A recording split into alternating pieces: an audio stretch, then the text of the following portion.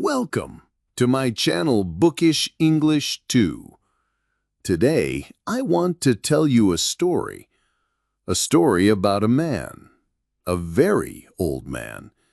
He has no luck, he has no fish. People laugh at him, but he never gives up. This story is simple, but it can change your life. Because sometimes the biggest battles are inside us. Do you feel like you try, but nothing works? Comment below.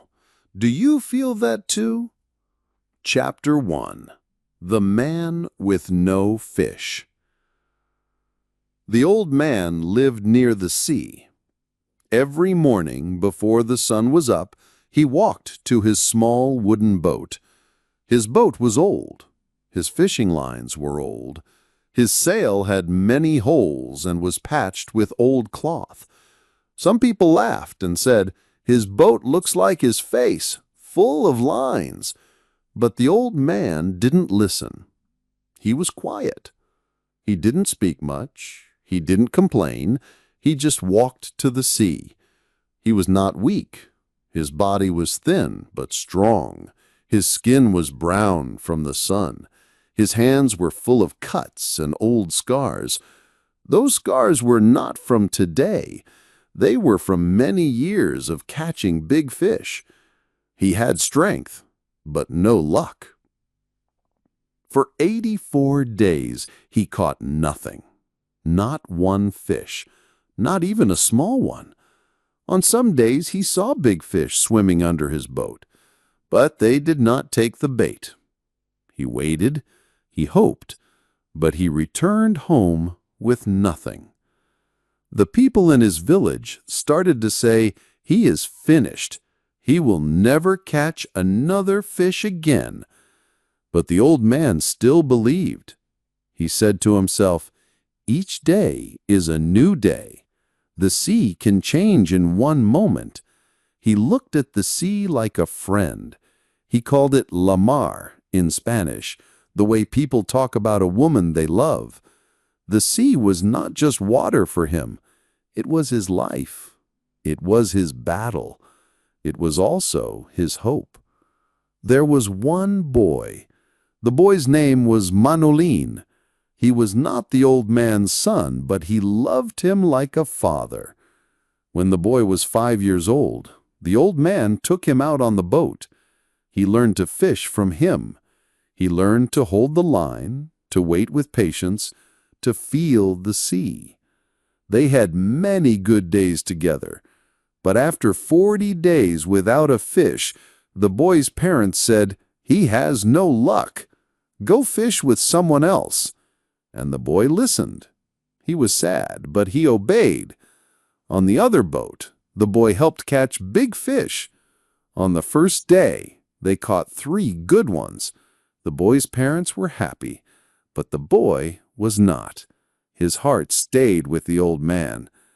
Every day when the old man returned with an empty boat, the boy waited for him. He helped him carry the lines, the sail, and the small wooden box. They didn't speak much, but they understood each other. One evening, the boy said, "I want to fish with you again."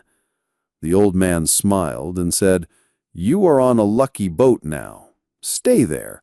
Do not worry about me." The boy looked down. "I don't care about luck. I care about you. You taught me everything." The old man looked at the boy with kind eyes. "I know, but this is how life is. Sometimes we must do what we don't like." The boy nodded. He felt the truth, but his heart still wanted to go back to the sea with the old man. They sat together on the terrace, a small open cafe near the water. Other fishermen were there. Some made jokes about the old man. Some were quiet. The older men respected him. They remembered when he was young and strong. They knew he once caught the biggest fish anyone had seen. They did not laugh. They talked about the wind and the sea, about the fish and the weather, But their eyes watched the old man. They saw more than his thin body. They saw his strength, not in muscles, but in spirit. The boy and the old man drank a cold beer. They watched the sky. It was getting dark. The sea was calm. "Tomorrow will be a good day," the old man said. "Yes," the boy answered. "I will get your bait, and I will bring you some sardines." The old man said, "I can do it. You should go play baseball. I can still row. I can still fish." The boy smiled. "I want to help. I will get the sardines, and I will bring 4 fresh baits, too." The old man asked, "You didn't steal them, right?" The boy laughed. "No, I bought them, but I would steal them for you." The old man laughed too. "Thank you. You are already a man." That night, they walked to the old man's house. It was a small shack made of palm leaves. There was only one room.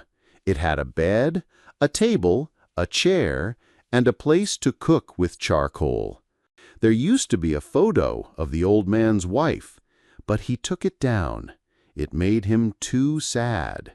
Now it was hidden under his clean shirt on the shelf. The boy asked, "Do you have food?" The old man smiled. "Yes, I have rice and fish." But there was no food. It was only a story. They made this story every night. The boy said, "Do you want me to make a fire?" The old man said, "No, I will eat later, or I will eat it cold." They both knew there was nothing, but they smiled. The boy said, 85 is a lucky number." The old man said, "Yes, tomorrow is the 85th day. Maybe I will catch one that weighs 1,000 pounds." The boy nodded. "I will keep your sardines cold. We can share them in the morning." The old man said, "The Yankees cannot lose." The boy laughed. "But I fear the Indians of Cleveland." The old man said, "Have faith in DiMaggio." The boy said, "Do you think we can buy a lottery ticket with the number 85? The old man thought for a second. "Maybe, but we need money. First you borrow, then you beg." The boy said, "I will borrow the money. Don't worry." The old man looked at the boy and smiled. "You are good. Go now. Tomorrow is a new day, a big day." The boy said, "Good night, old man." The old man said, "Sleep well, my son." He sat by the door and looked at the sea. His heart was quiet, but his spirit was ready. Tomorrow he would go far, far out into the sea, where no one else would go. Chapter 2. A Sad Evening, a Quiet Dream. The evening was quiet. The sun was low. The sky turned from yellow to pink and then to dark blue. The sea was calm. The wind was soft. The boats were back. Some boats had big fish. Some had small fish. The old man's boat had nothing. No fish, no luck. But still, he looked calm. He tied his boat. He carried the sail. He walked slowly. His legs were tired. His back hurt. But he did not show it. The boy was waiting. Like every evening, he helped the old man. He took the fishing lines. He took the box. He carried the gaff and the harpoon. He did not say much. He just walked beside the old man. The other fishermen talked and laughed. Some looked at the old man. Some laughed at him. Some felt sad, but said nothing. The old man did not look at them. His eyes looked at the sea. His steps were slow, but he walked like a man who still had a dream. The boy wanted to say something, but he waited. He looked at the old man's face. The face had many lines. It looked tired, but the eyes still had light, still had life. The boy thought, "He is old, but he is not broken. He still has a dream in his heart." They reached the small house. It was made of dry palm leaves. Inside, there was only one room. There was a bed, a table, a chair, and a small place to cook. Now he kept it under his clean shirt on the shelf. He looked at it sometimes, but not tonight. Tonight he was thinking about the sea. The boy placed the gear on the floor. The old man leaned the mast against the wall. The room was silent, but their silence was warm. It was not cold. The boy asked, "Do you have food?" The old man smiled and said, "Yes, I have some rice and fish." But there was no rice, no fish, no food. The boy knew that. The old man knew that. But they played the same story every night. It was not a lie. It was a way to keep hope. The boy said, "Do you want me to make the fire?" The old man said, "No, maybe I will eat the rice cold." The boy smiled. They both knew the truth, but the game helped them feel strong. The night came slowly. The old man sat by the door. The boy said, "I will get the sardines, and I will bring 4 baits." The old man said, "I have 2. I put them in salt." The boy said, "But I will bring fresh ones." The old man looked at him. "You didn't steal them, right?" The boy smiled. "No, I bought them, but I would steal for you." The old man said, "Thank you. You are already a man." The boy asked, "Do you remember the first time you took me in the boat?" The old man laughed. "Yes, you were 5, and I caught a big fish. It was too strong. It broke the boat. It almost killed you." The boy said, "I remember the noise. I remember you threw me into the front. I remember the smell of blood. I was not afraid. I was happy." The old man looked at him. "I told you that story many times. Maybe you remember because I told you." The boy said, "No, I remember everything, from the first day. You are my teacher." The old man looked at the boy with eyes full of love. "If you were my son, I would take you out tomorrow. But you have your parents. They want you to fish on the lucky boat." The boy said, "Yes, but my heart is with you." The boy said, "I will go now and get the sardines." The old man nodded. "Go, my son. Tomorrow will be a big day." The boy walked away. The old man sat alone. He watched the sea. He could not see the sea, but he could feel it. He sat quietly. The wind touched his face. His eyes looked far. Then he stood up. He went to his bed. He rolled up his pants and used them as a pillow. He covered himself with an old blanket. He closed his eyes. The room was dark, but in his mind there was light. He did not dream of fish. He did not dream of his wife. He did not dream of the sea. He dreamed of lions. Yes, lions. Golden lions running on a white beach. He saw them every night. They played like children. They ran in the sand. He loved the lions. They were strong. They were free. They reminded him of something from long ago, when he was young, when he had power, when he had dreams. He smiled in his sleep. The lions were there. They were not afraid. They did not need luck. They were simply there, proud and wild and beautiful. The boy came back. He saw the old man sleeping. He did not wake him. He took a blanket and put it over his shoulders. He looked at the old man's face. It was full of lines, but it was peaceful. His hands were open. His breath was slow. The boy sat near the door. He said nothing. He just sat. He felt quiet. He felt proud. He looked at the stars, and he thought, "Tomorrow will be different." The sea was waiting. The fish were waiting. And the old man, the man with no fish, he was dreaming of lions. Chapter 3. A New Morning, a New Chance. It was still dark. The sky had no color. The village was asleep, but the old man was awake. He opened his eyes and listened. It was quiet. Only the wind moved outside. The sea was calling him. He could feel it in his bones. He sat up slowly. His body hurt. His back was stiff. His hands felt weak. But he did not complain. This was normal. This was life. He stood, rolled up his blanket, and put on his pants. The room was cold.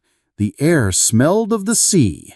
He looked at the little table, the chair, and the pictures on the wall. He looked at the shelf where he kept his wife's photo under his clean shirt. He didn't take it out. Not today. He knew today would be important. Today might be the day. The day he catches the big one. The day he becomes lucky again. He whispered, 85. A lucky number. Then he opened the door and stepped outside into the dark morning. He walked to the boy's house. The boy was still sleeping. The door was not locked. The old man walked in slowly. His feet made no sound. He saw the boy sleeping on a small bed. He walked to him, touched his foot, and waited. The boy opened his eyes and saw the old man. He did not speak. He just got up and put on his clothes. They walked together without talking. The road was quiet. Other men were also walking with their fishing gear. No one spoke much. They were all tired. They were all thinking of the sea. The boy carried the lines and the harpoon. The old man carried the mast and sail. The wood felt heavy on his shoulder, but he said nothing. They walked to the beach where the small boat waited. The boat looked small against the dark sea, but the old man did not feel fear. He only felt calm. The boy said, "Do you want coffee?" The old man nodded. "We will put the gear in the boat first." They placed everything carefully. The boy ran off to get the coffee. He brought it in an old tin can. It was hot and strong. The old man drank it slowly. He said, "This will be the only thing I drink today." The boy said, "I will get your sardines." The old man nodded again. "You are a good boy." The boy smiled and ran off again. The old man sat on the side of the boat and looked at the sea. It was still too dark to see clearly, but he knew it was out there, waiting, deep, full of mystery, full of life. He did not hate the sea. He loved it. But he also knew it could be cruel. The sea was not a friend and not an enemy. It was something more, something big, something powerful. He had spent his life on the sea, and today he would go far, farther than before. The boy returned with the bait wrapped in newspaper. He handed it to the old man. "Good luck," he said. The old man nodded and smiled. "Good luck to you too." The boy helped him push the boat into the water. Then he stood and watched as the old man got in and began to row. The boy stood on the shore for a long time, looking out. The boat grew smaller and smaller in the dark water. The boy did not move. He only watched. He believed in the old man. He believed today would be different. The old man rowed. He did not hurry. He moved slowly with care. The sea was dark and soft. The boat made little noise. The stars were still in the sky. He rowed far, farther than other boats. He wanted to go where no one else went, where the big fish waited. His hands moved the oars like they had done for years. His arms pulled the boat forward. He was old, but he still had strength. He did not look back. He looked ahead, always ahead. The sky slowly changed. A little light touched the water. The stars began to fade. The sea changed color. First gray, then blue. The old man smiled. He felt ready. Today was different. He could feel it in the air, in the water, in his bones.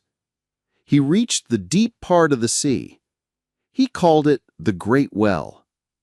It was a place where fish came together. He saw birds flying low. He saw flying fish jump out of the water. He saw seaweed floating near the boat. He knew this was a good sign. He dropped his lines into the water. One line went 40 fathoms down, another went 60, another at 100, and one at 125. Each line was perfect. Each hook was hidden with fresh sardines. The bait looked real. It smelled sweet. It was placed with care. The old man looked at the lines. They stood straight in the water. He watched them. He waited. He listened. He felt the sea. He said nothing, but inside his heart he was speaking. "Come, big fish, come and find me. I am here. I am ready." The sun was rising now. It touched the sea like gold. The boat rocked gently. The lines were quiet, but the old man knew this was the moment. This was the new day, a new chance. He was far from land, alone with the sea, but he was not afraid. He was full of hope. He did not feel old now. He felt alive. He felt strong. He watched the sea. He watched the sky, and he waited for his chance. His heart beat slowly. His hands were ready. His mind was calm. This was the life he had chosen. This was his place, his sea, his dream, and maybe today would be the day. Chapter 4. The Deep Blue Sea. The old man was now far out on the water.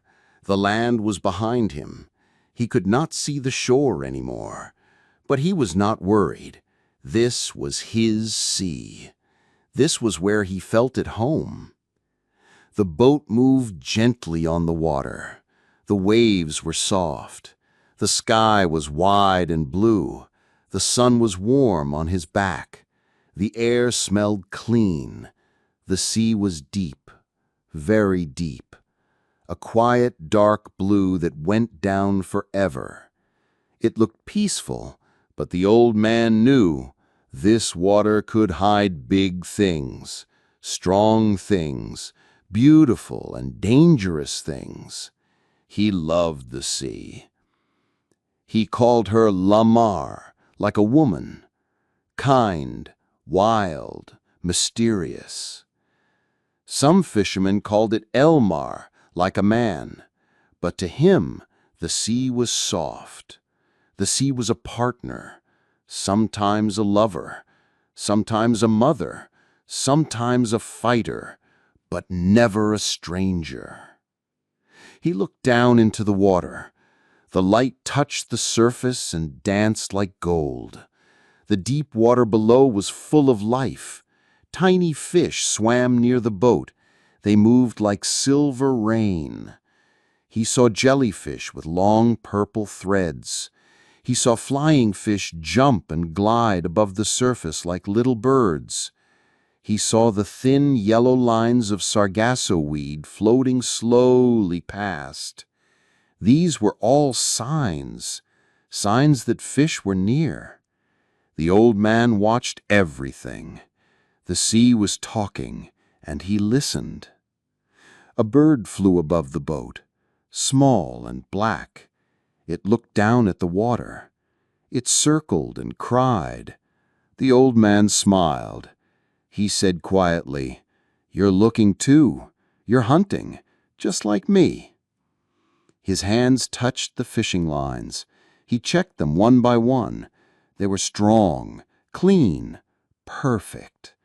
Each hook had been prepared with care. Each sardine was fresh and sweet. He had set 4 lines at 4 different depths. 1 line went deep, 1 stayed near the middle, 2 were closer to the surface. He did not trust luck. He trusted preparation. The lines did not move yet, but he waited. He always waited. He did not rush the sea. The sea worked in her own time. He sat quietly in the boat. The sun rose higher. His face was warm. His eyes were narrow from the light. He did not mind. This was his world. The boat, the sun, the sky, the sea, and the dream of a fish. The hours passed. The boat floated gently. The lines hung still. Nothing pulled, but he was not sad. He was not bored. He looked out and smiled. "It is only the beginning," he said softly. "The fish will come." He drank some water from his bottle. He looked at the sky. The clouds were light, no storms, only wind, light, and the long day ahead. The boat moved with the current. The old man rowed a little, just enough to keep the lines straight. He did not want the bait to move. He wanted the fish to find it, to think it was real. That was the secret. To wait, to be quiet, to not scare the sea. He watched the seabirds. They flew low. They looked for bait fish. He followed their path with his eyes. He saw them dive into the water. He watched the ripples. Sometimes a school of fish pushed to the surface. Sometimes a splash meant something big was below. The old man watched it all. He was like a part of the sea, a shadow on the water, a patient hunter. He said, "Show yourself. I am ready." Still the lines did not move. Still the sea was silent. But the old man smiled. "Maybe you are deep," he said. "Maybe you are watching me too." He remembered his younger days. He remembered the sound of the line pulling fast, the fight, the power, the fish that jumped into the air, the fish that pulled the boat for hours. He remembered the feel of the rope burning into his hands, the pain, the pride, the win. He missed those days, but he was still here, still strong enough to row, strong enough to hope.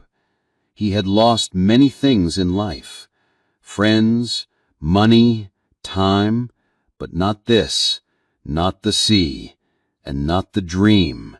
That was still inside him, stronger than before.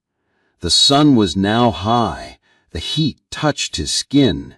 He took off his hat and wiped his forehead. He looked into the blue water again. It was calm, silent, full of mystery.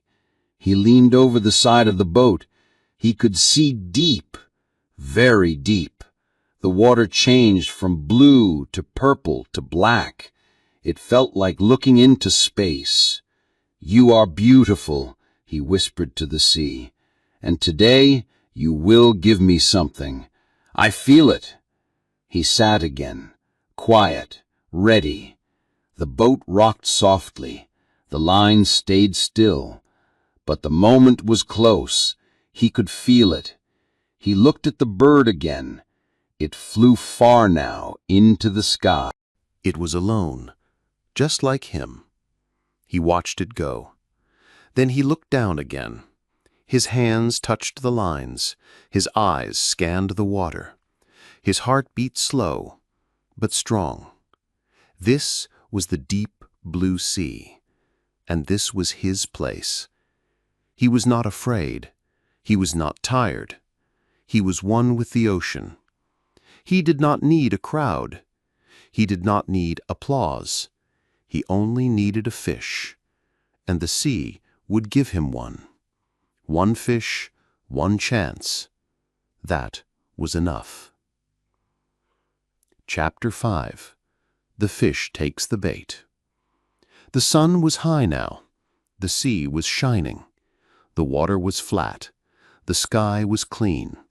The boat moved slowly with the wind. The old man sat quietly. He watched his lines. He checked them again and again. He touched them gently with his fingers. He waited. He was calm. He was patient. He was not thinking of food. He was not thinking of pain. He was thinking of the fish. Somewhere down there, deep under the boat, the fish was swimming. He did not know when, he did not know how, but he felt it. He felt that something big was near. He could feel it in the rope. He could feel it in the air. It was not noise. It was not movement. It was something else. A sense. A whisper from the sea. He said nothing, but inside he was awake, alive. Every part of him was ready. Then it happened. Just a small touch, very soft, on the line. The old man felt it with his fingers. It was not strong. It was not fast. Just a little change in the rope, like a breath, like a blink. He stopped moving. He held his hand still. He waited. His eyes looked at the water. Nothing moved, but the feeling stayed. Then it came again. A soft pull. The line moved a little. Then it stopped. Then it moved again. The old man smiled, but he did not speak. He had seen this before. The fish was near. It was smelling the bait. It was touching it gently. It was not sure yet. The old man said in a quiet voice, "Come, fish, take your time. I have waited many days. I can wait some more." The fish did not take it yet. It was smart. It was big. It was strong. It was careful. The old man felt another soft pull, a second, a third. The fish was tasting the sardines. It was near the hook, but it was slow. The old man's fingers were like soft feathers. He let the line move. He did not pull. He did not show tension. He let the fish feel nothing, no fear, no weight, just sweet, soft bait floating in the deep blue water. The fish circled the bait again. The old man whispered, "Eat it, my friend. Eat it all. Take the whole thing. Then I will know you, and you will know me." And then it happened. The fish took the bait. The line moved faster now, but the old man still held it soft. He let it slide through his fingers. He let the fish swim with it. He did not pull. He did not shout. He did not fight. Not yet. The fish swam deep, very deep. It did not rush. It was not afraid. It took the bait sideways in its mouth. The old man knew this moment. He had lived it many times in the past. But this time it was different. This fish was bigger. This fish was older. This fish was stronger. And this fish was his test, his chance, his mountain to climb. The old man let the line go. Slowly, carefully, it slipped between his thumb and finger. The fish swam deeper. The boat rocked a little.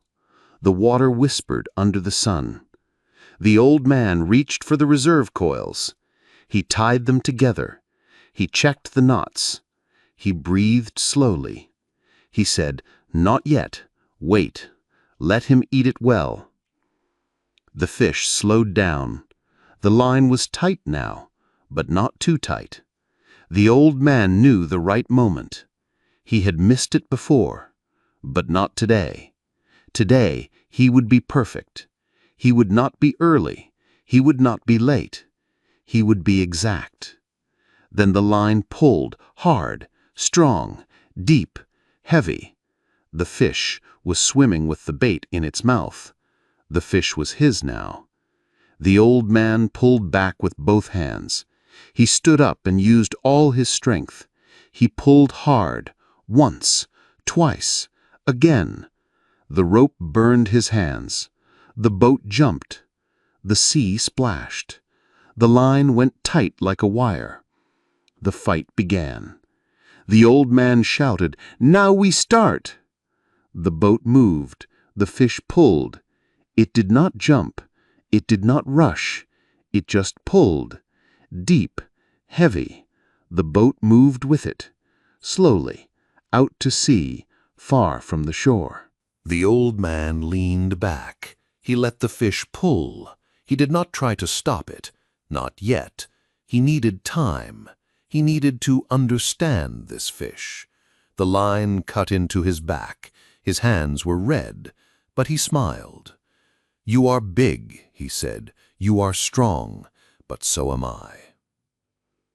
The boat moved farther. The sun dropped lower. The sky turned gold. The sea was quiet, but the line was tight. The fish was still pulling. The old man braced his body. His arms shook. His back hurt, but he held on. "I will not let go," he whispered, "no matter how far you go." Chapter 6. Pulled by a giant. The fish was not small. It was not weak. It was a giant. The old man knew it now. This was no ordinary catch. This fish was a fighter. This fish was full of strength. It pulled and pulled. The line was tight like steel. The old man sat low in the boat. His hands held the line. His back leaned against the wood. He could not rest. He could not move much. His arms were tired. But he did not give up. The fish was pulling him into the deep sea, far from land, far from help, but he did not fear. He smiled to himself. "If you want to pull, then pull," he said softly. "I will go with you, wherever you take me. I will not stop." The boat moved slowly, very slowly, over the wide blue water. The sun was still in the sky. The wind was soft. But inside there was a storm of strength, a storm of silence, a storm between the man and the fish. The fish did not jump. It did not shake the line. It just swam deep. It pulled with power, with patience, like a big boat under the sea. The old man felt it in his bones. This fish was smart. This fish was careful. It did not waste energy. It did not play. It just moved forward, farther and farther. "You are like me," said the old man. "You do not fight fast. You fight slow. You use time. You use silence." He liked the fish. He respected it. It was an equal, a worthy enemy, and also a friend. Yes, a friend, because in this great sea, only the two of them were alive in this fight. Alone, no one else, just the man, the fish, and the ocean around them. His hands hurt. The rope had made small cuts in his skin. Blood came out. The salt water touched the wounds. It stung. But he did not cry. He did not complain. He had seen worse. He had felt worse. This was nothing. This was part of the journey. He moved the rope slowly, carefully, to another part of his hand. He shifted his body. He breathed. He had to save energy. He had to think clear. He had to be ready, because the real fight was not just in the arms. It was in the heart. It was in the mind. The one who stayed calm would win. The one who stayed awake, who stayed smart, who stayed focused, that one would win. And he wanted to win, not just for food, not just for the fish, but for himself, for the boy, for the dream. Hours passed. The boat was now far from land. The old man looked back. He saw nothing, only water, only waves. The land was gone, but he felt no fear. He felt peace. He whispered, "I've gone too far before. I will return again." He looked at the sky. The clouds were soft. The sun was low. The evening was near, but the fish kept swimming, and the old man kept holding. The sea was quiet. The boat was small, but the fight was great, bigger than most men ever know, bigger than a story, bigger than a day. This was the kind of fight that changes you. He remembered other fights, long ago, when he was young, when he was strong. He remembered a contest in a cafe, a hand-wrestling match. It lasted one full day, all night, until morning. People watched, people cheered, but he said nothing. He just held the hand of the other man. He did not move. He did not blink. He waited. And in the end, the other man gave up. He won, not with fast moves, not with noise, but with quiet power. This was the same.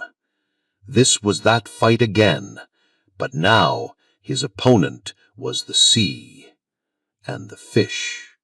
The stars began to shine. The sky turned dark. The moon came slowly.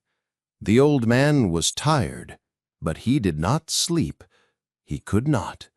The rope was in his hand. If he slept, he might lose it. And if he lost the line, he lost the fish. And if he lost the fish, he lost everything. So he stayed awake. He drank water. He chewed a little piece of tuna. It was not much, but it helped. He talked to himself. He whispered to the fish. "You are strong," he said, "but I will hold. I am old, yes, but I am not finished." The boat moved in the night. The fish swam deep. The rope stayed tight. The sea was black now, silent, full of stars above and darkness below. But still, the old man did not let go. He smiled in the dark.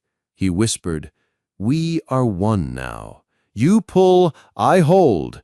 We are together in this dance." His back was tired. His legs were stiff. His arms were shaking, but his mind was clear. His heart was calm. His spirit was awake. This was his mountain. This was his test. And he was ready for more. Chapter 7. Alone with the Ocean. Night had come. The sea was black. The stars were shining. The moon was soft in the sky. The old man sat alone in his small boat. The rope was still tight in his hand. The fish was still pulling slowly in the deep water. The boat moved little by little. There was no sound but the sea, no voice, no bird, only the wind and the quiet rhythm of the waves. He was tired, but he was not done. He was hurting, but he was not broken. His hands were cut. His arms were stiff. His back was sore, but he held the rope with care. He talked talked to the fish in his heart. He said, "I am still with you, big one. I am not going anywhere.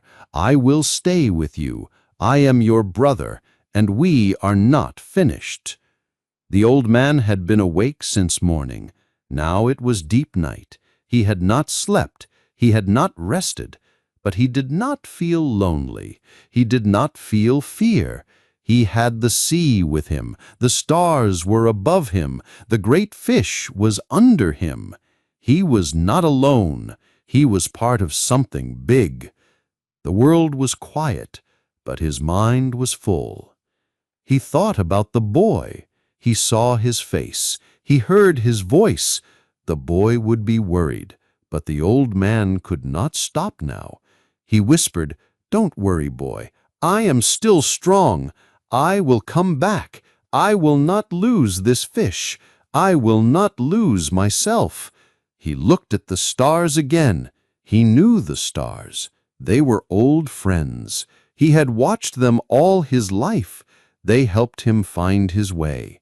They helped him dream. He thought, "The fish is under me. The stars are above me, and I am in the middle. I am the line between the sea and the sky." He smiled. His smile was tired, but real.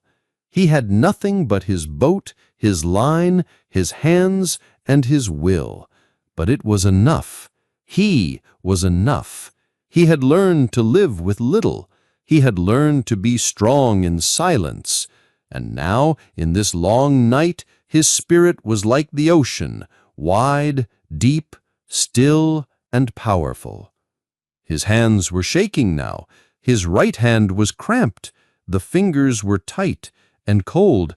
He could not open them. He held the rope with his left hand now. He said, "Hand, open up. We need to work. Don't fail me now." He breathed slowly. He moved his hand again and again. It hurt, but little by little the pain passed. The fingers moved.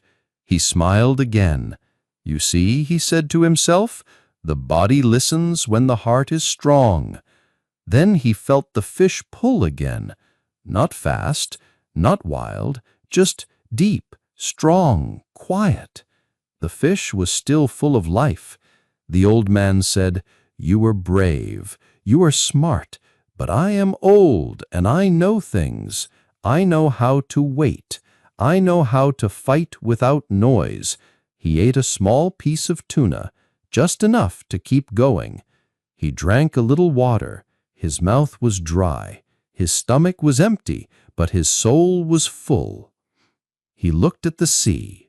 It was dark and wide. It had no end.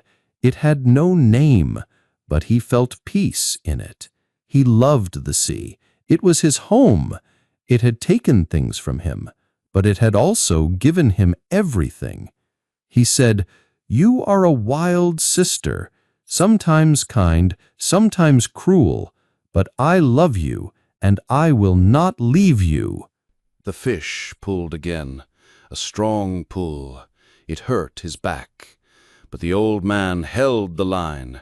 His body shook, but his eyes were clear. He talked to the fish. "You do not want to die. I understand. I do not want to lose. We are the same. You are in the water. I am in the boat. But we are both alive. We are both proud. This is our story." Then he remembered something. A time when he was young. He was a strong man. He had fought in a big game of hand wrestling. Many men watched. He was quiet. His enemy was strong. But the old man, young then, did not stop. He waited. He watched. He held. He won. He had not forgotten that strength. It was still in him. Maybe slower, maybe smaller, but it was there. The sky began to change. A new light was coming. The stars faded. The sea turned gray. The night was ending. Morning was near. Another day. The old man whispered, "You are still pulling, my fish. You did not stop. I respect you. But the sun is coming, and soon we will see each other. Then one of us will win." He tied the rope carefully. He looked at the horizon. He stretched his legs. He closed his eyes for a second, just a second. He breathed, then he opened his eyes again, wide, awake, ready. This was not just a fight for a fish. It was a fight for his soul. And he was not giving up. Chapter 8. A Battle of Will. The sky was soft gray now. The sun was not yet strong, but it was rising. Another day had begun. The old man was still in the boat. The fish was still in the sea. The line was still tight. His hands were sore. His back was stiff. His body was tired. But something in his heart was alive. It was not the same strength of a young man. It was not fast or full of fire. It was quiet. It was deep. It was the kind of strength that is born from pain, the kind that comes only after you've lost many things, but still choose to fight again. That morning, the old man was no longer just a fisherman. He was something else. A man holding on to the last part of his pride. A man facing a giant, alone in the sea. He looked at the sky. He looked at his hands. He whispered, "This is a battle of will. I do not need to be the strongest. I only need to last longer." The fish had not jumped. It had not tried to escape. It just kept pulling, pulling slow, pulling steady. It was testing him. It was waiting. The old man knew it. He respected it. "You are like me," he said to the fish. "You wait. You endure. You are not wild. You are wise." The rope cut deeper into his skin. His fingers were numb. His left hand was cramped again. It was closed like a rock. He hit it against his knee, slowly, again and again. He breathed in, breathed out, slowly. He did not scream. He did not curse. He knew the pain. It was his old friend, a friend that always comes when you do something great. He looked down at the sea. He said, "Pain is nothing. I can feel pain, but I will not stop. Not today." The boat drifted farther into the deep. He could not see land, only water and sky. The fish had led him far, and still it swam, still it pulled. The old man laughed softly. "You are strong," he said, "maybe stronger than me, but I am not finished." He remembered something from his past. A mountain he climbed, alone, with no guide. The way was long, his legs hurt, the sun was hot, but he kept going, step by step. Even when others had turned back, he had climbed, and at the top he saw the world, the sea, the sky, the hills. It was quiet up there, beautiful, peaceful. That day he had cried, not from weakness, from something else, something deeper. He remembered that feeling now. He was not crying, but something in his chest felt full. Something in him was remembering who he really was. The fish made a sudden move, not fast, just stronger, a pull that made the boat shift. The rope pulled hard against his chest. The old man's neck bent, his back shook. He almost fell, but he stayed up. He held the rope. His knees bent, his feet were firm. He whispered, "You will not win like that. I have waited too long. I have come too far. I have nothing left to lose." His voice was soft, but full of power. His arms were shaking, but his eyes were sharp. He was not angry. He was not afraid. He was ready. He was more than ready. He was inside the fight now, body and mind, flesh and spirit. He thought about the boy again. The boy would be waiting, watching the sea, hoping the old man would come back. He would cry if he saw the old man's hands, if he saw the blood, if he saw the cuts, but he would understand. He would know this was not just fishing. This was about something more. This was about showing the sea and himself that he still mattered, that he still had something strong inside. "Boy," he whispered, "I am fighting for us, not just for the fish, not just for food, but for belief, for memory, for the story of who I am." The fish moved again. It was getting tired, too. The old man felt it. The line was not pulling as deep. The movement was smaller, slower. He knew what it meant. The fish had fought for hours, maybe longer. Now it was near the end. But it would not give up easily, just like him. The fight was not over. Not yet. The old man sat straighter. He rolled his shoulders. He breathed deep. The pain in his hand was sharp, but his heart was calm. He said, "Let's see who breaks first, you or me." The sun rose higher. The sea shimmered. The boat floated gently. The line was still tight. The old man, now shaking, now quiet, was ready. The fish was somewhere deep, tired, but still pulling. And the ocean, wide, endless, watched them both. Two living things, two souls, one fight. No noise, no crowd, just a line, a man, and a fish in a silent war of willpower. Chapter 9. The Fish Jumps. The sun was high now. It burned the skin on the old man's neck. The salt from the sea was dry on his face. His hands were red and cracked. The rope had become part of his skin. But he did not care. The boat was quiet. The sea was still. Only the line moved, soft and slow, as the fish swam deep under the water. The old man was tired. His bones ached.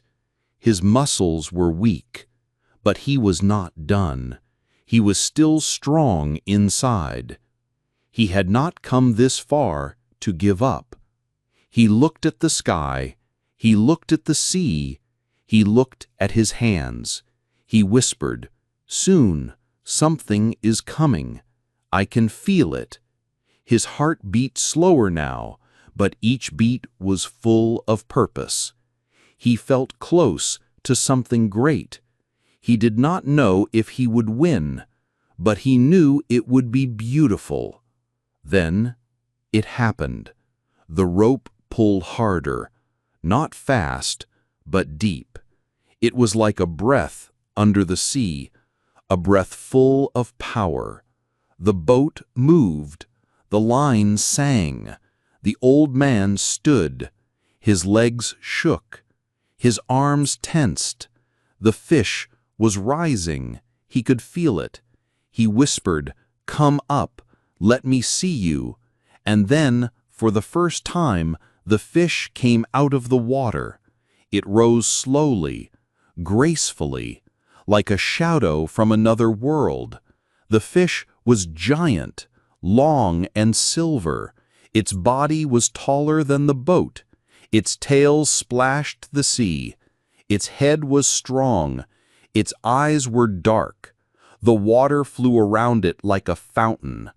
The sun hit its skin, and it shined like a sword. The old man saw it all. He did not speak. He just looked. It was beautiful. It was the biggest fish he had ever seen, bigger than his dreams, bigger than his fear. It was like looking at a king. The fish went back down. The splash was soft, but deep. The sea swallowed it again. The line went tight. The boat rocked. The old man sat slowly. He breathed out. He closed his eyes for 1 second. not from fear, from wonder. He had seen something few men would ever see. He whispered, "Thank you." He was not talking to the sky. He was not talking to the sea. He was talking to the fish. This was not just a hunt. This was a meeting between two strong spirits, one above the sea, one below, both quiet, both alone, both full of pride. The old man felt something change in him. He had been fighting, but now he was also learning. The fish was not just strong. It was noble. It was silent. It was honest. It did not pull in panic. It did not run in fear. It fought with grace. It fought with dignity. And that made the old man feel love. Yes, love. Not the love of family, not the love of a woman, but the deep love of respect. The kind of love you feel when you see truth. The kind of love that makes you cry without tears. He whispered again, "We are not enemies. We are brothers, but one of us must die." The words hurt, but they were true. He did not want to kill the fish, but he had to, not for glory, not for money, but because it was the way. The old man was a fisherman. The fish was his test. This was the life he had chosen. He looked at the sea again. The water was calm, but his heart was not. It beat with fire now, not the fire of anger, but the fire of purpose. He reached for his harpoon. It was old, like him, but still sharp, still ready. He held it tight. He looked at the rope. He watched for signs. The fish was deeper now, resting, waiting. The old man knew it would rise again. Maybe not now, but soon. And when it did, he would be ready. His arms hurt. His back hurt. But his eyes were clear. His soul was calm. He whispered, "Come back, my friend. Show yourself again." The boat rocked gently. The sun moved slowly in the sky. Time was quiet. The sea was deep. The fish was under him. The harpoon was in his hand. The old man was alone, but not afraid. He was tired, but not broken. He was at the edge of something. He did not know how the story would end, but he knew one thing. He would fight with honor, and whatever happened, he would be proud. Not proud of the catch, not proud of the win, but proud of the fight. Proud of staying when others would leave. Proud of holding when it hurt. Proud of rising when the soul said, "You can't." That was his victory. Chapter 10. A Strike of Strength. The sea was still for a while. The old man sat quietly in his small boat. The rope was in his hands. The line pulled softly now. The fish was tired, but it was not done. And the old man was tired too. His body was not young anymore. His muscles were slow. His hands were hurt.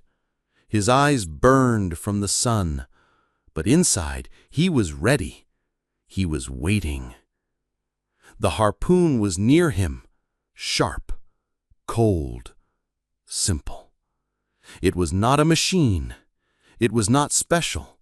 But in this quiet boat, it was everything. It was the one thing that could end this long fight. The one thing that could bring the fish into the light. The old man breathed slowly. He whispered, "Be strong now, just once more, just one true strike." He thought of everything he had been through. He had left the shore many hours ago. Maybe more than a day. Maybe 2. He didn't know anymore. Time felt strange now.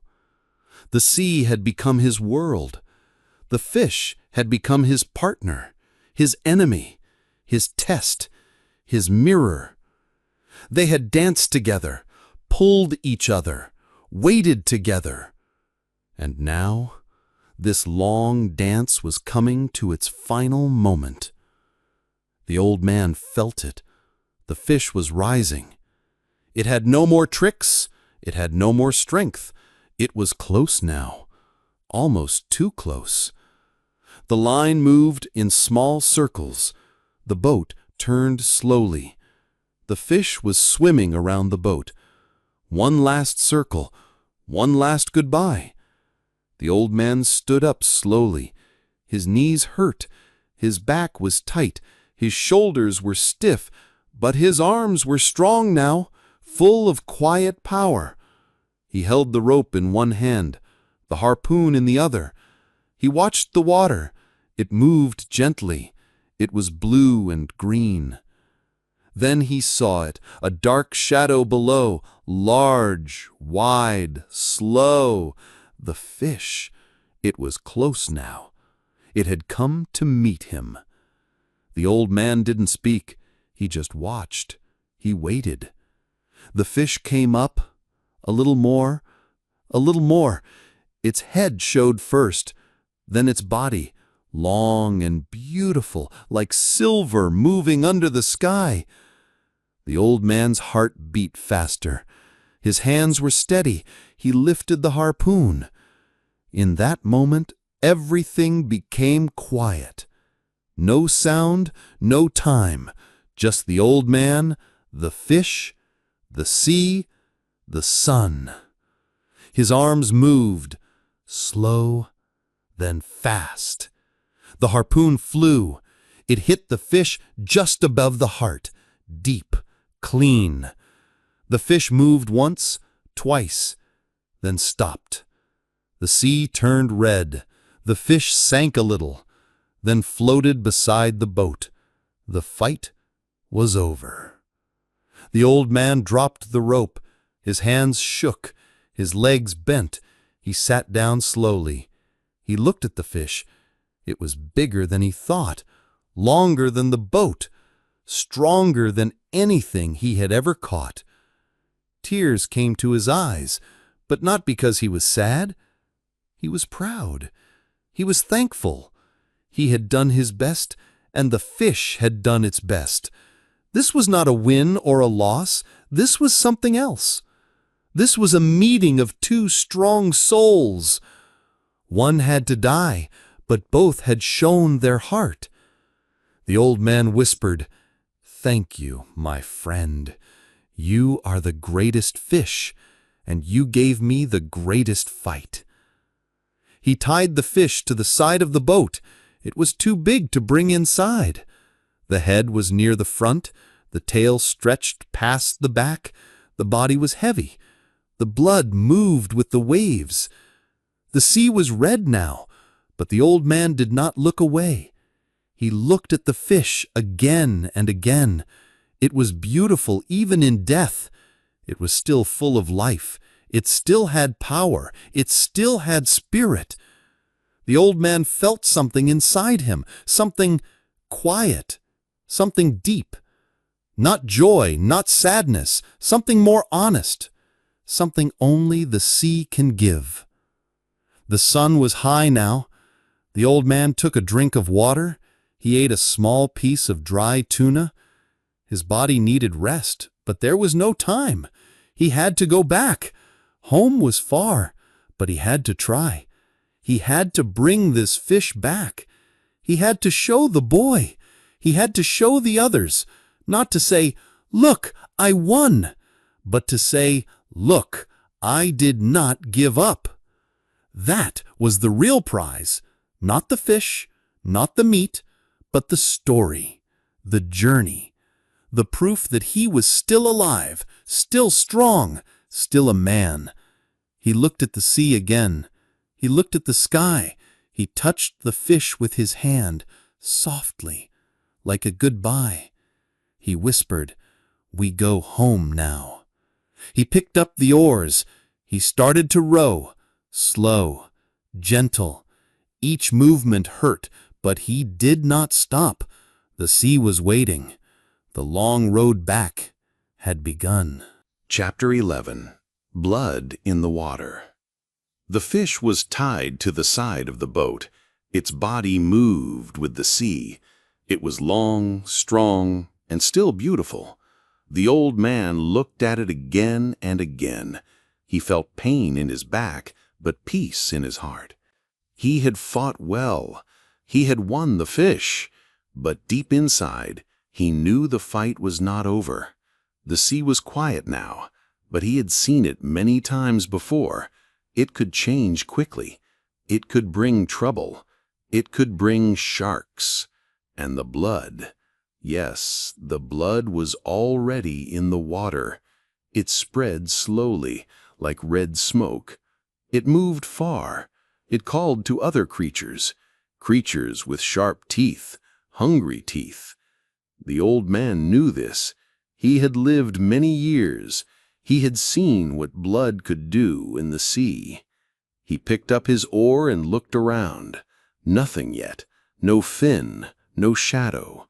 Just the quiet sound of water against wood.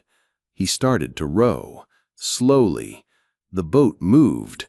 The fish pulled the boat sideways. It made the work harder. His arms were tired, but he rowed. He had to get home. He had to show the boy. He had to complete the journey. He whispered, "Hold on, old man. Don't stop now." His hands were sore. The sun burned his back. The salt touched his cuts and made them sting. But he rowed. Each pull was slow, but each pull was strong. Then he saw it, a shadow under the sea, a soft wave, a dark fin. The first shark had come. It moved fast. It came from far away. It smelled the blood. The old man watched it come. It was a big one, a strong one, a shark with big jaws and hard teeth. It came closer. It did not stop. It wanted the fish. It wanted to eat. The old man picked up his harpoon. His arms shook, but his eyes were sharp. He waited. The shark came fast. It opened its mouth. It bit into the fish. The old man shouted, "No!" and threw the harpoon. The point hit deep. The shark twisted. It thrashed. It bled. Then it sank.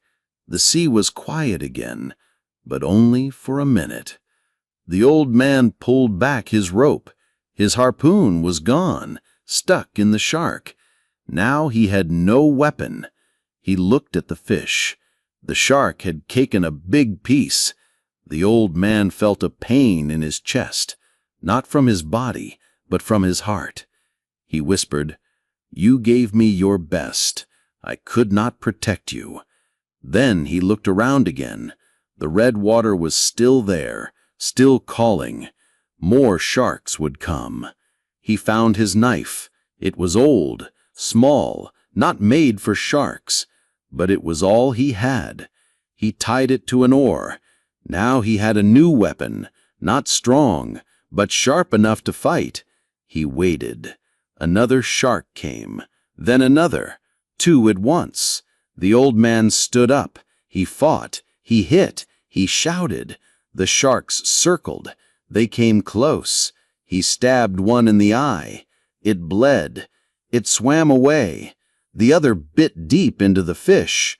The old man hit it hard, again and again. His hands were red. His eyes were full of salt and sweat. But he did not stop. One shark was gone. The other floated, dead. But the water was worse now. It was not blue anymore. It was red and dark. The fish was not the same. Its side was broken. Its meat was torn. The old man looked at it. He wanted to cry, but no tears came. He had no water left in him. He whispered, But he kept rowing. The sun moved lower.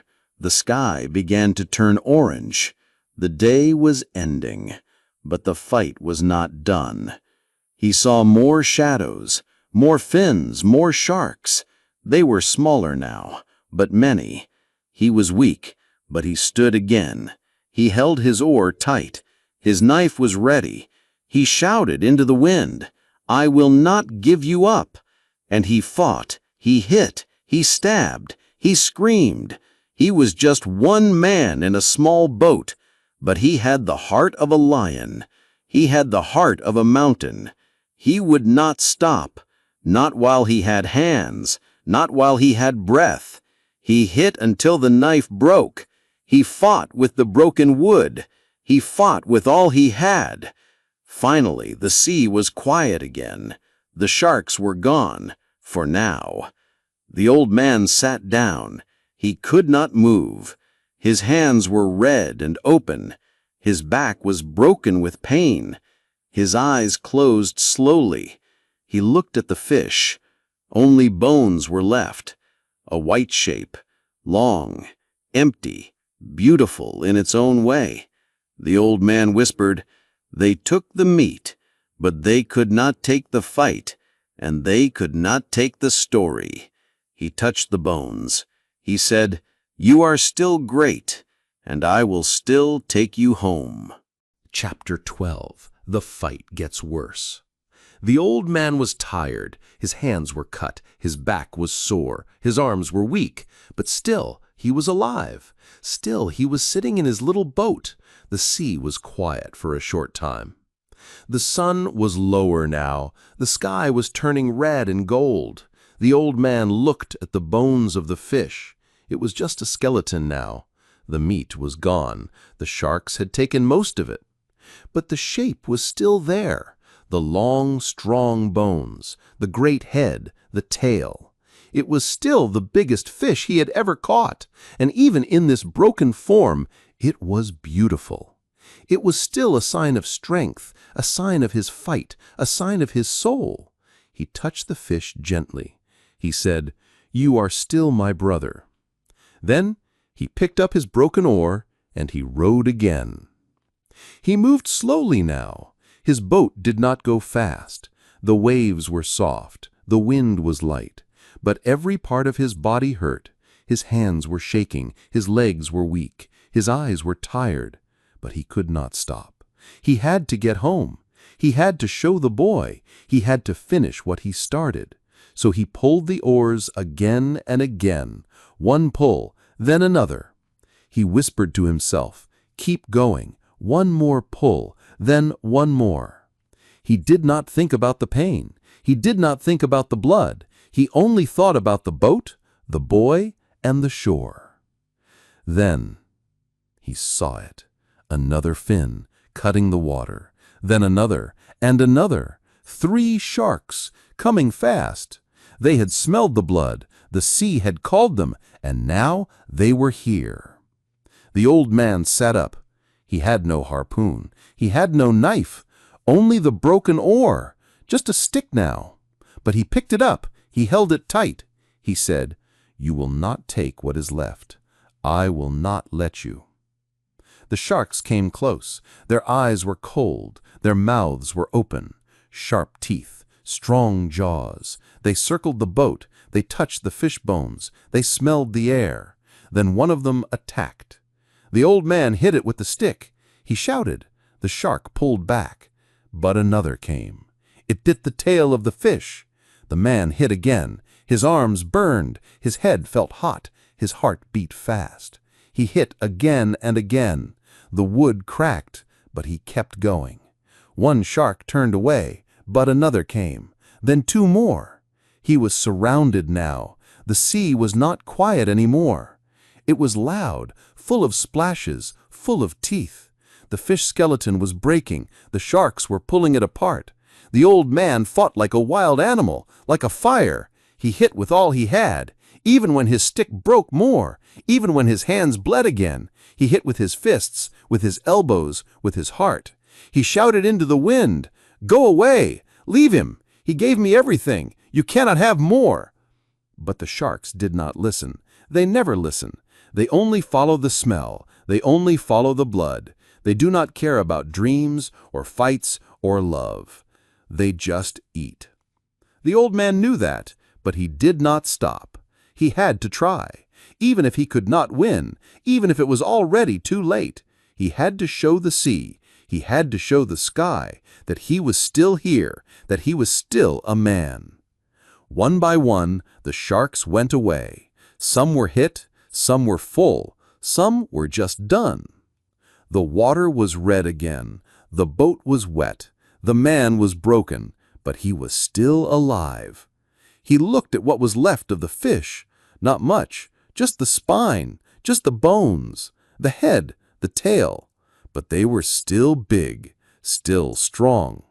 He smiled a little, a sad smile, a tired smile. And he said, "They got the meat, but not the meaning." He sat down. He looked at his hands. They were full of cuts, full of salt, full of pain. But they were also full of truth. These were hands that had fought, that had not let go. He closed his eyes for a moment.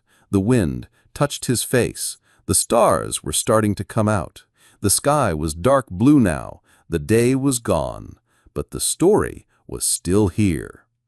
He opened his eyes. He picked up the oar again. It was short now, just enough to row. And he rowed, slowly, softly. His boat moved through the sea. The fish bones made a sound in the water, like a song, like a whisper, like the end of a dream. And the old man thought, "They think I have lost, but they do not know. They do not see. I have won something greater. I have not given up, and I will not." Chapter 13. What is left? The sea was quiet again.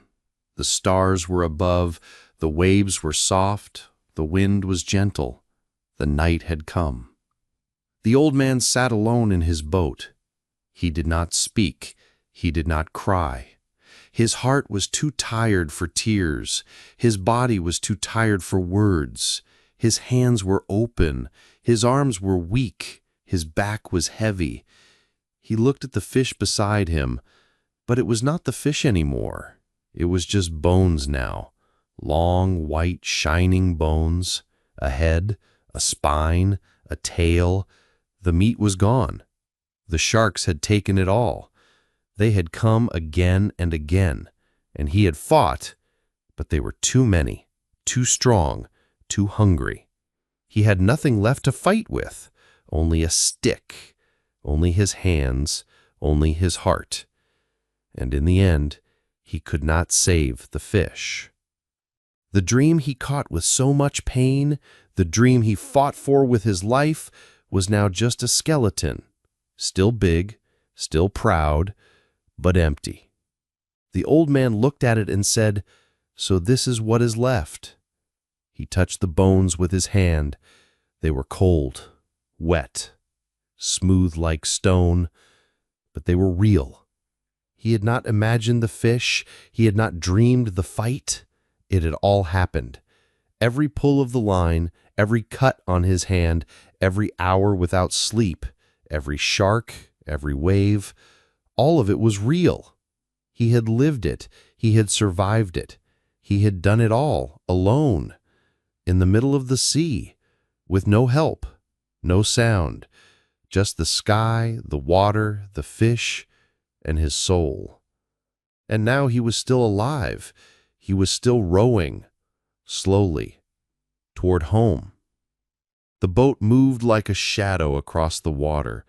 The fish bones made a soft sound, like old wood on stone. The night was long. The cold touched his face. The stars watched him in silence. And he thought, "What do I have now? I have no fish to sell, no money to bring home, no meat to show, only bones." But then another voice inside him said, "You have the story. You have the fight. You have the truth." And he understood something. The sea did not take everything. The sharks did not win everything. They only took the outside, the meat, the prize. But they did not take the meaning. They did not take the memory. They did not take what the fight had made him become. He looked at his hands. They were full of blood and salt. They were swollen and sore, but they were the hands of a man who did not quit. The hands of someone who went deep into the sea and faced what was there. The hands of someone who gave everything, not for money, not for glory, but for something inside, something that lives in the soul, something that says, keep going. He smiled a little, just a small smile. It hurt to smile, but it felt right. They can take the fish, he said softly, but they cannot take my heart. And so he kept rowing, slowly, gently. The stars moved above him. The moon rose. The sky turned dark blue, then black. Time passed. The fish skeleton lay beside him like a ghost, but not a sad ghost, a proud ghost. A memory of greatness, of strength, of the sea. The old man was not afraid anymore, not of sharks, not of pain, not of losing, because he had already faced all of them, and he was still here, still moving, still alive. He thought of the boy. The boy would be waiting. The boy would see the bones. He would understand. Maybe the others would not. Maybe they would laugh. Maybe they would say, "You caught nothing." But the boy would know. The boy would see the truth in the bones, the story in the old man's hands, the fire in his eyes, even if they were tired. And the boy would say, "He's not finished. He is still the fisherman." The old man closed his eyes for a moment. He was so tired, but not broken, not sad. He whispered, "This is what is left, and it is enough."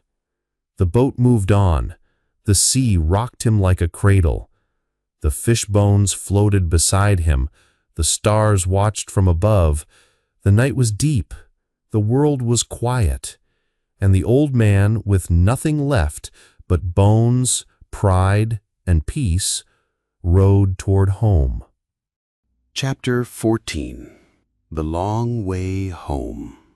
The old man was tired, more tired than he had ever been in his whole life. His back hurt with every breath. His hands were cut and open. His arms felt like they were made of wood. But still, he held the oars. Still, he rowed. The sea was calm now, and the stars were soft above him. The fish beside his boat was only bones. It no longer had meat, but it still had its shape. It still looked like a great fish, the biggest he had ever caught. And in its bones, the old man could still feel pride. Even when there was pain in his body, there was peace in his heart. He had fought the sea, he had fought the sharks, he had fought his own weakness, and he was still here, still alive, still rowing home. Slowly, very slowly, the boat moved through the water. He spoke softly to the fish bones. "We did our best, my friend," he said. "You gave everything, and so did I. You pulled me far from land, and I followed. We were together in the fight, and now we go home together." His voice was low, almost a whisper. There was no one else to hear him, only the sea, the stars, and the fish skeleton. But still, he spoke because he needed to say it, because he needed to feel it. This journey had changed him. He had gone out alone. He had lost much, but he had found something too, something deep inside himself, something quiet, something strong, something real. The night air was cold now. The wind touched his face like soft fingers. The stars above looked like tiny fires. He rowed with slow arms. His body moved like a machine that was almost out of power, but not completely. Each stroke of the oar took great effort, but he did not stop. He could not stop. He had to go home.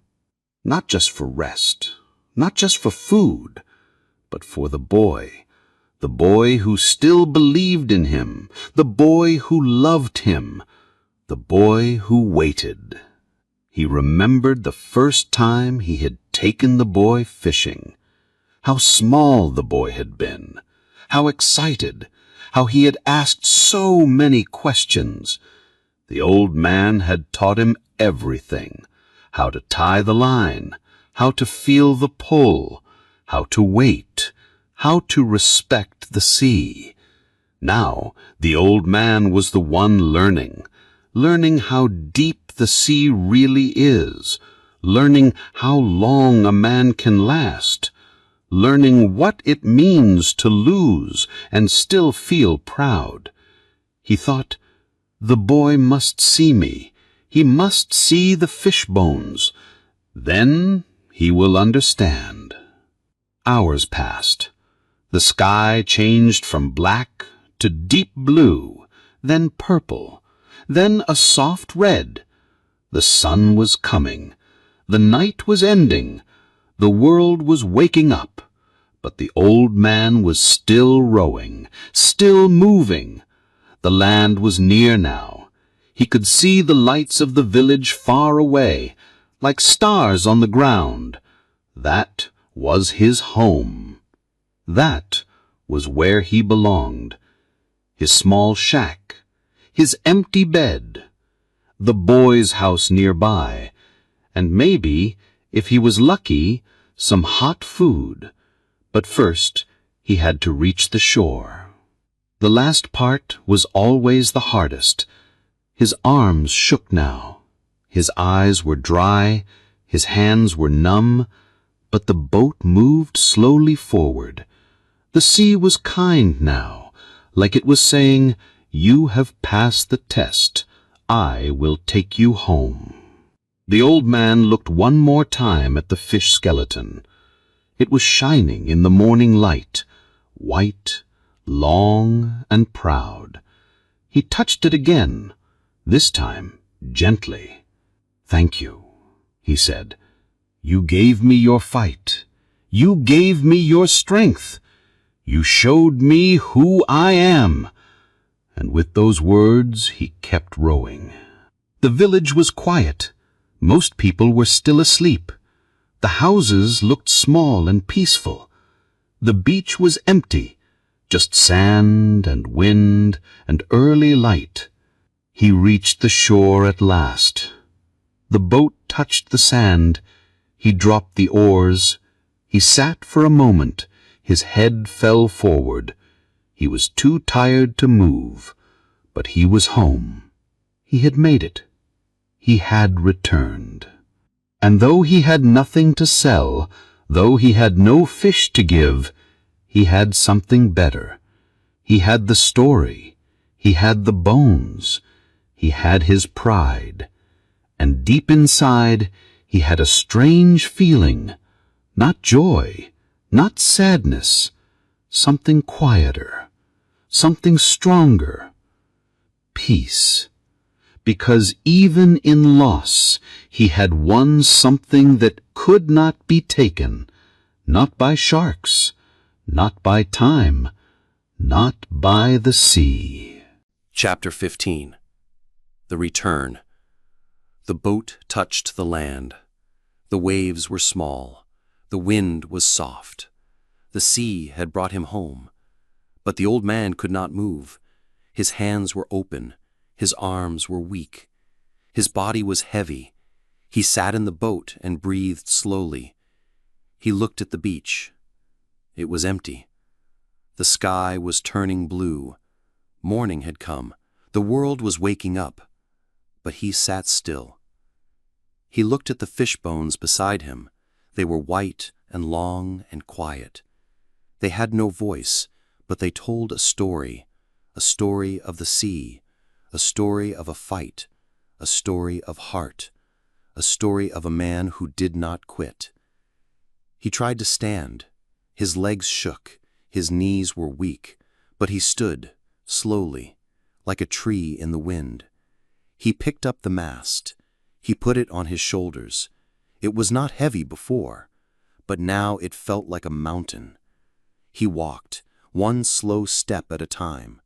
His feet touched the sand. The sand was cold. He left the boat. He left the skeleton. He left the sea behind him. The mast pressed on his back. His arms held it like a cross. He walked to his small house. No one saw him. No one spoke. But the world seemed to know. The birds were quiet. The sky was soft. Even the wind walked slowly beside him. He reached his door. He opened it. He put the mast down. He went inside. His room was small. His bed was small. But it was home. He lay down. He closed his eyes. His breath was slow. His hands were still. He did not sleep. Not yet. He just lay there, quiet, still, home. The boy came later. The boy had waited all night. He ran to the beach in the morning. He saw the boat. He saw the bones. He stopped. He could not speak. His eyes were full. He walked to the boat. He touched the fish skeleton. He felt the story. Then he ran to the old man's house. He opened the door. The old man was asleep. His face was thin. His hands were wrapped in cloth. His body was broken. But his spirit was there. The boy sat beside him. He looked at him for a long time. Then he began to cry. Not loud, just tears, quiet tears, tears of love, tears of respect. He went out and brought food, hot food, bread, coffee, water. He came back. He put the food near the bed. He sat again. He waited. The old man opened his eyes. He saw the boy. He smiled, a small smile. "You are here," he said. The boy nodded. "Yes, and I will always be here," he said. The old man closed his eyes again. His breath was soft. He whispered, "We caught a big one." The boy touched his hand. "Yes, we did." Others came to the beach. They saw the boat. They saw the skeleton. It was longer than the boat. The people were surprised. They spoke in quiet voices. "This fish was huge," they said. "He caught this alone?" "Yes," someone said. "It is true." And slowly, respect came back. The old man had no meat to sell, but he had shown something bigger, something you cannot weigh, something you cannot buy. Strength, courage, heart. At the cafe, the men talked. Some laughed before, not now. Now they were quiet. Now they looked at the boy with respect, and the boy looked back with strong eyes. "I fish with him again," the boy said. "He is not finished." The men nodded. They said nothing, but their silence was full of meaning. The old man slept again. Deep sleep, long sleep. His body needed time. His hands needed rest. His heart was still strong. The boy sat beside him. He watched the old man. He thought, "I will learn from him. I will go to sea with him. I will be strong like him." In his heart the fire burned, a quiet fire, a strong fire, the same fire the old man had. Outside, the sea was calm. The wind was soft.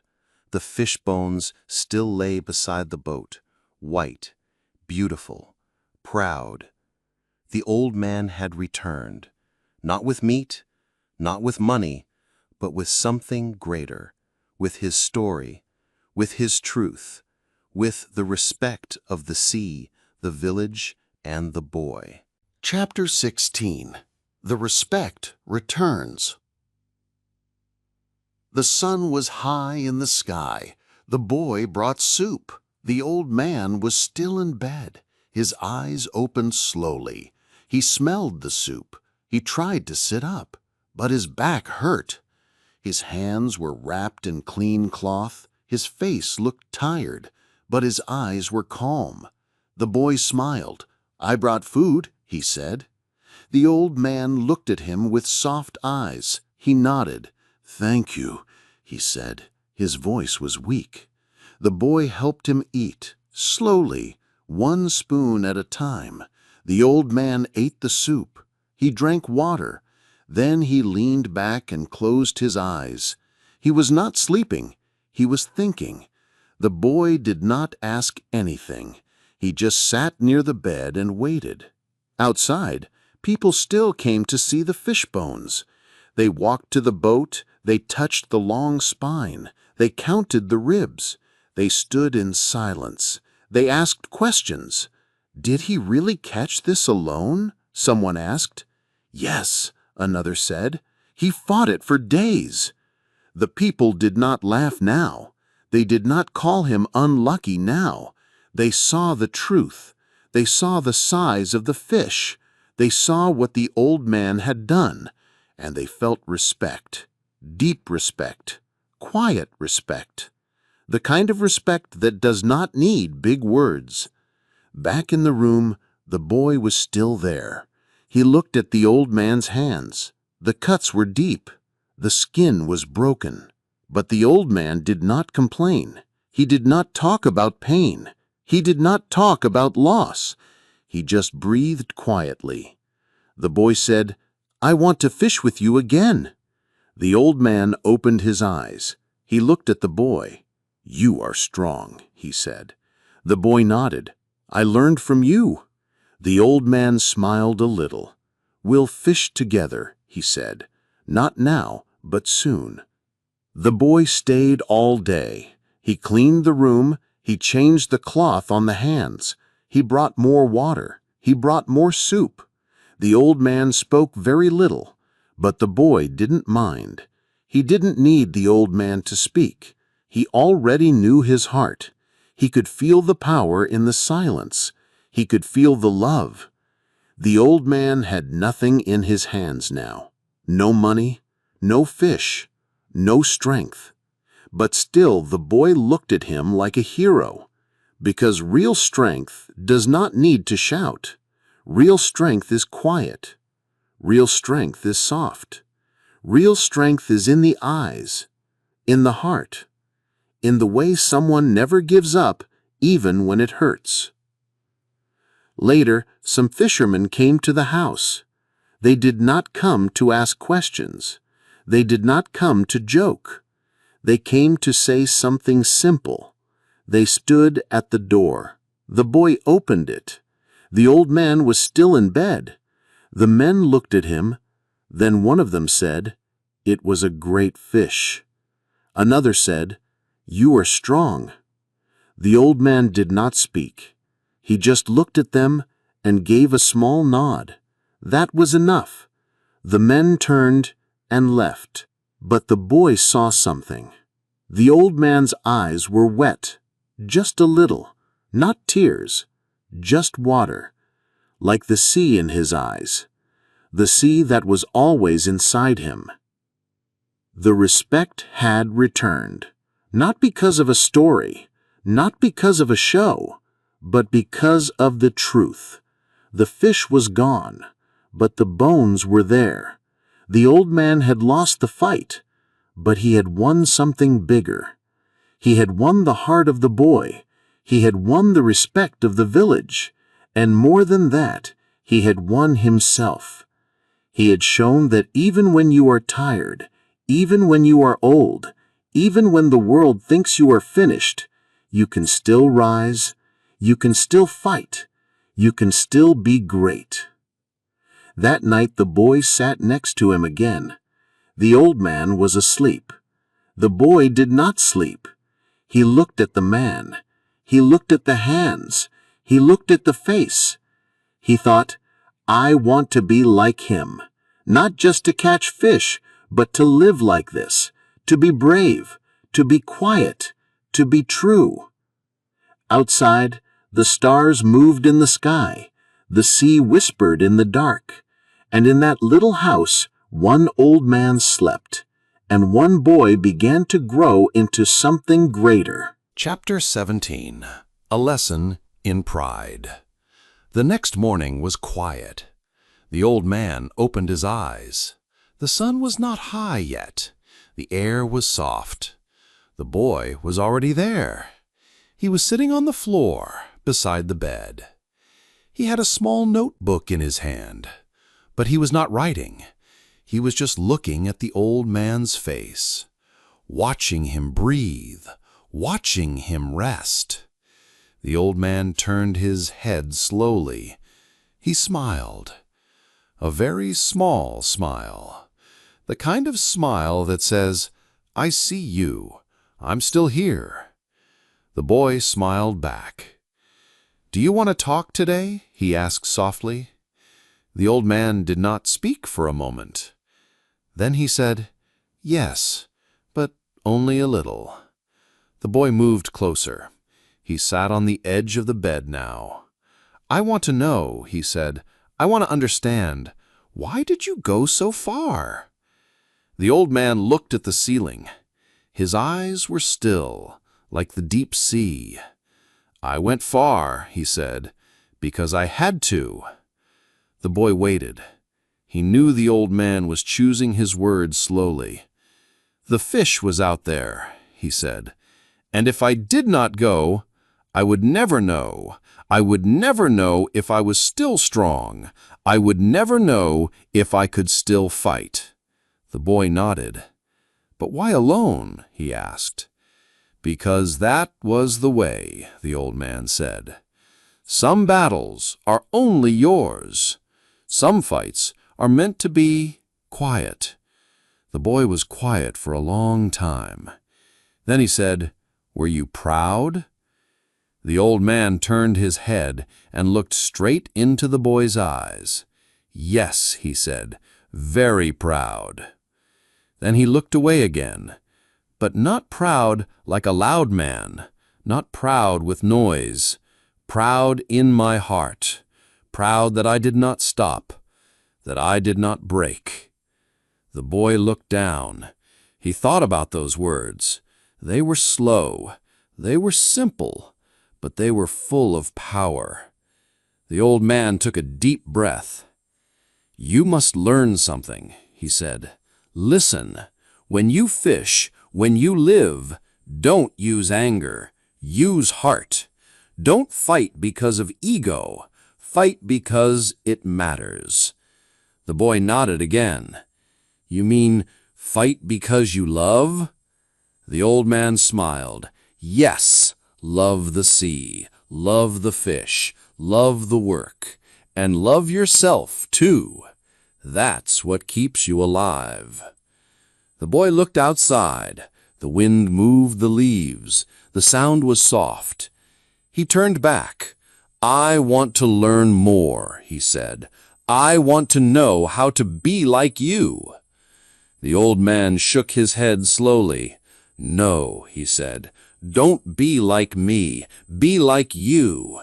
But be strong. Be honest. Be quiet when the world is loud. And when you fall, fall with grace." The boy stood up.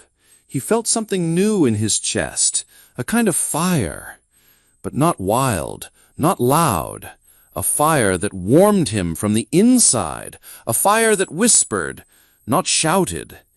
He walked to the small table and poured water into a cup. He brought it to the old man. The old man drank slowly. He nodded once. "You will be a good man," he said. "You already are."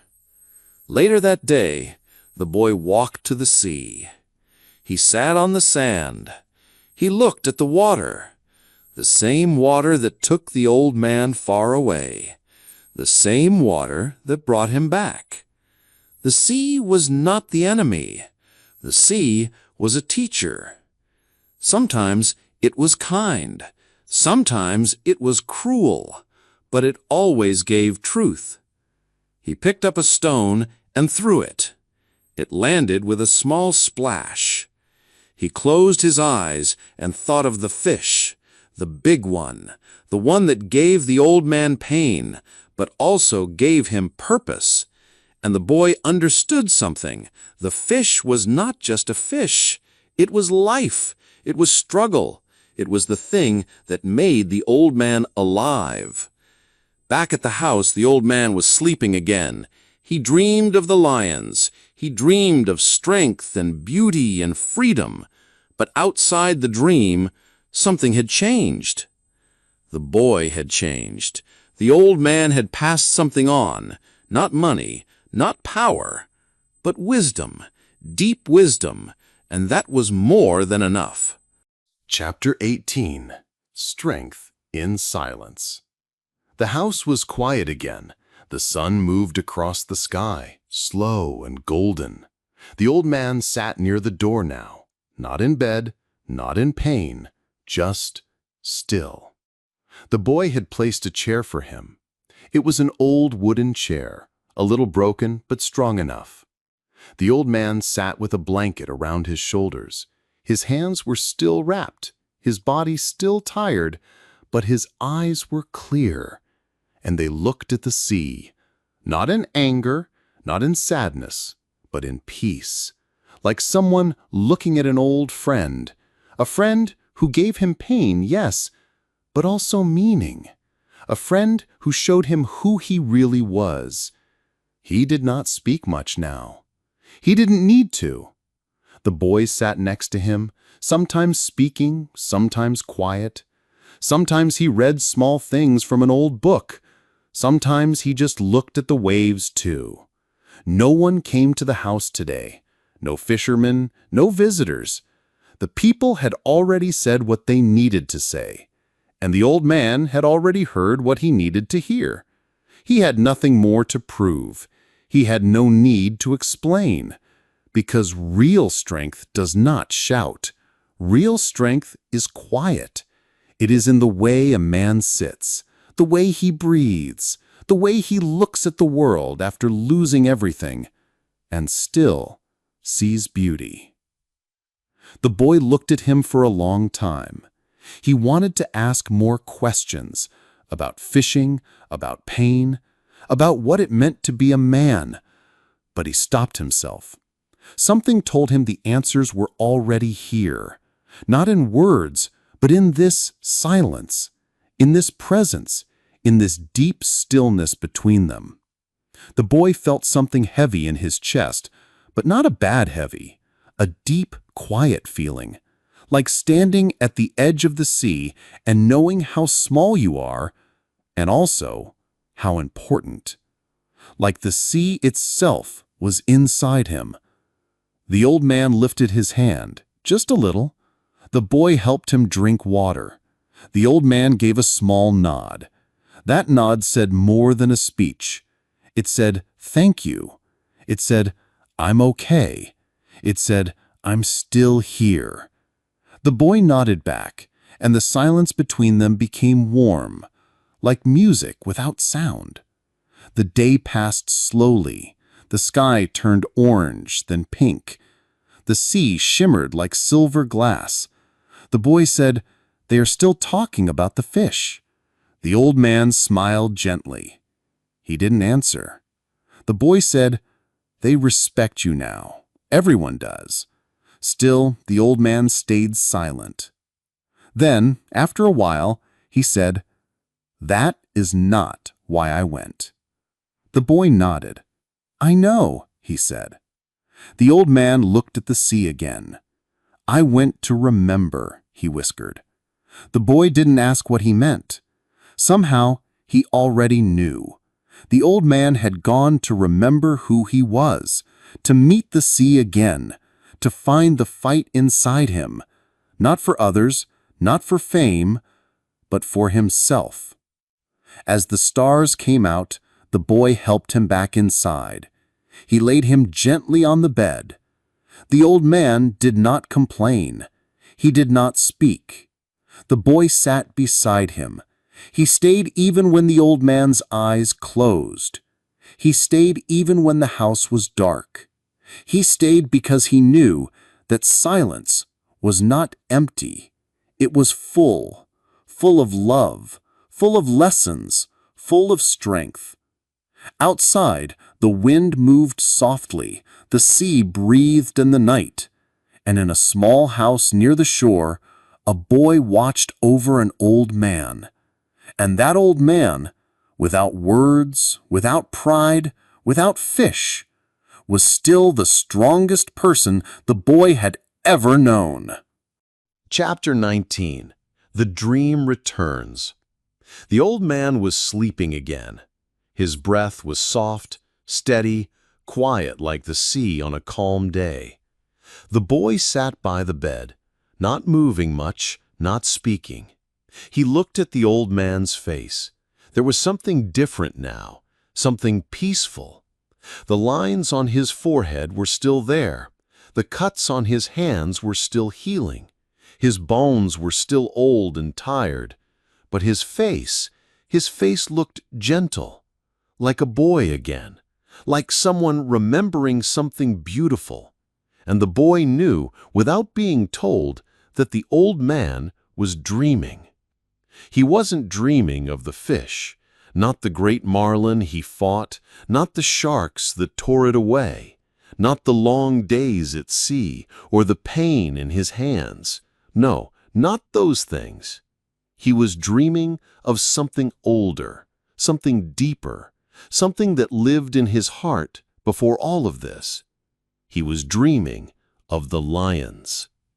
In his dream, he was not old. He was young and strong.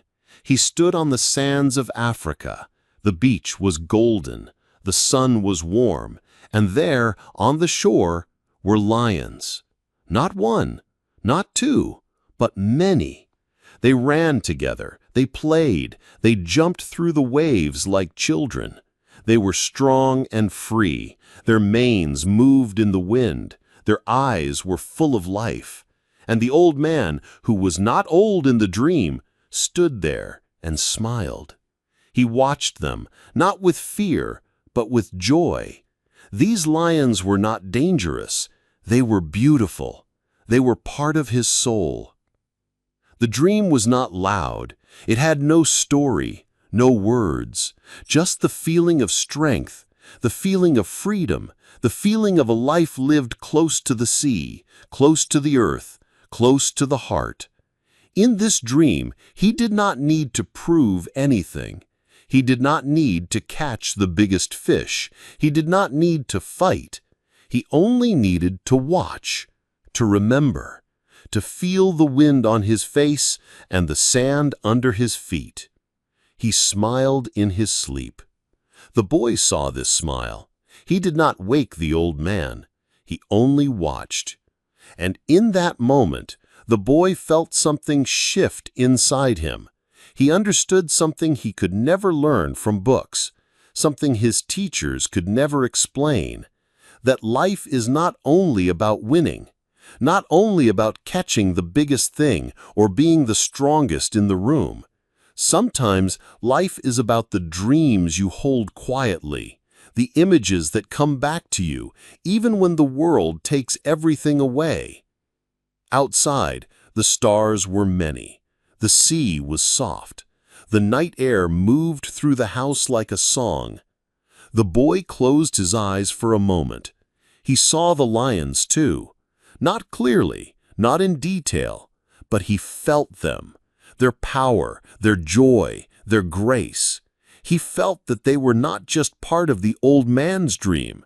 They were something that lived in all of us, a symbol of what we could be if we stayed strong, if we stayed kind, if we remembered who we were, even when we were tired.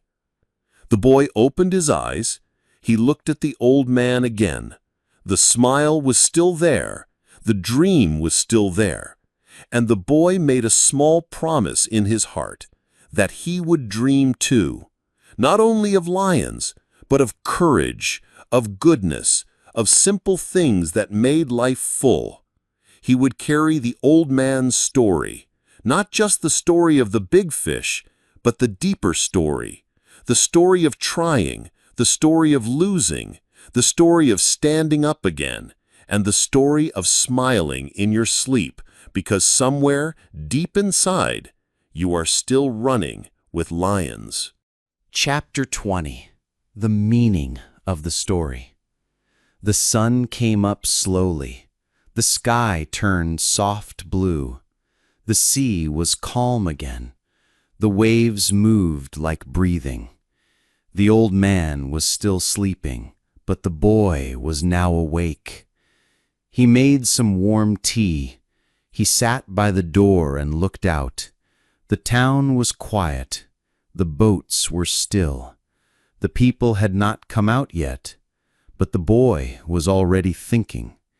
He was thinking about everything: the fish, the sharks, the fight, the loss, the silence, the old man. He had seen it all, and yet something in him felt stronger, not weaker. He wanted to understand why. What was the meaning of all this? What did the old man truly teach him? Later that day, the old man woke. He sat up slowly.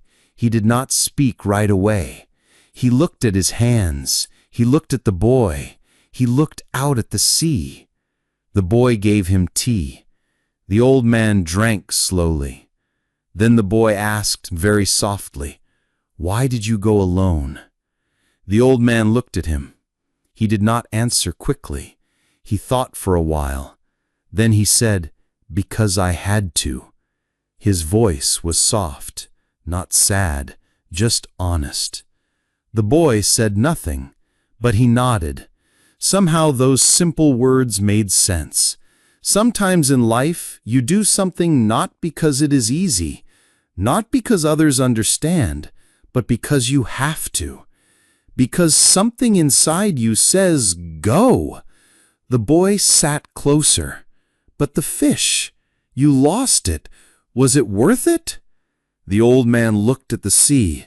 Then he said, "Yes, because I found myself again." The boy didn't understand right away. "You found yourself?" he asked. The old man smiled.